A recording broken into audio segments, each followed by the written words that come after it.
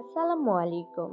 Sanjida Shahnaz baking ক্লাসে আপনাদের জন্য থাকছে পারফেক্ট ভ্যানিলা স্পঞ্জ কেকের বেস তৈরি রেসিপি। বরাবরের মতো এই ভিডিওতে আমি সবকিছু ডিটেলস আকারে শেয়ার করছি। কেক তৈরির যত ধরনের টিপস থাকে সব টিপস পেয়ে যাবেন এই ভিডিওটির মাধ্যমে।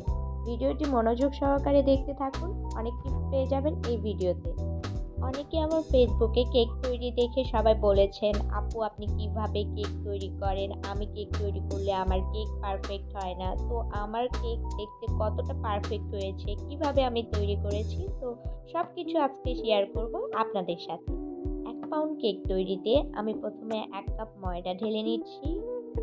1 কাপ ময়দার জন্য আমি এখানে হাফ কাপ বেকিং পাউডার নিয়েছি।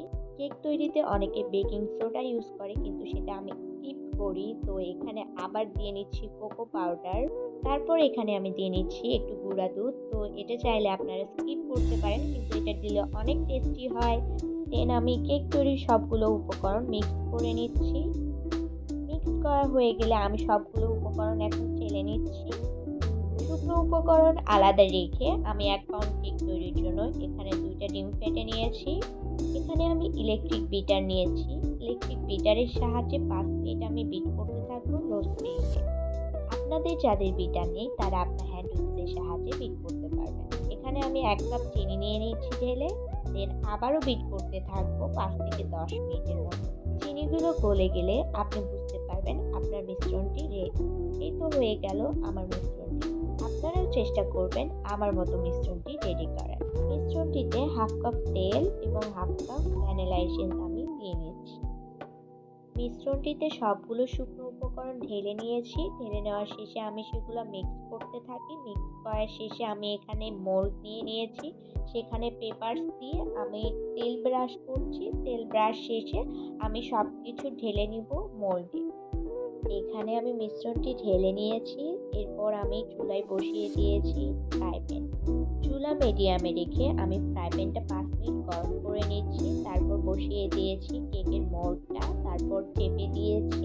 30 মিনিট পর আমি আমার কেকটাকে দেখছিলাম। দেখি পারফেক্টলি কত স্পঞ্জি টাইপের হয়েছে। কেকটাকে 30 মিনিটের মতো ফ্রিজে রেখে এই ফাঁকে আমি কেকের ক্রিমটা তৈরি করে নেব। যারা কেকের ক্রিম তৈরি করতে পারো না, কেকের ক্রিম গলে যায়, তাদের জন্য নেক্সট একটা ভিডিও আসবে। ততক্ষণ পর্যন্ত তোমরা কমেন্ট করতে থাকো। আর আমাকে যে আন্টিটা কেকের ক্রিমটা শিখিয়ে দিয়েছিল তার মাধ্যমেই তোমরা ভিডিওটি পেয়ে যাবে। আর আমার চ্যানেলটি সাবস্ক্রাইব করে রাখবা।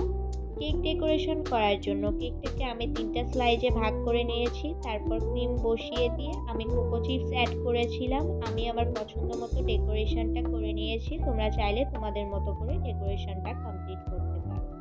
কেকের ফুল তৈরির জন্য এখানে একটা ছোট নজেল নিয়েছিলাম। সেই নজেল দিয়ে ছোট ছোট করে ফুল করছিলাম।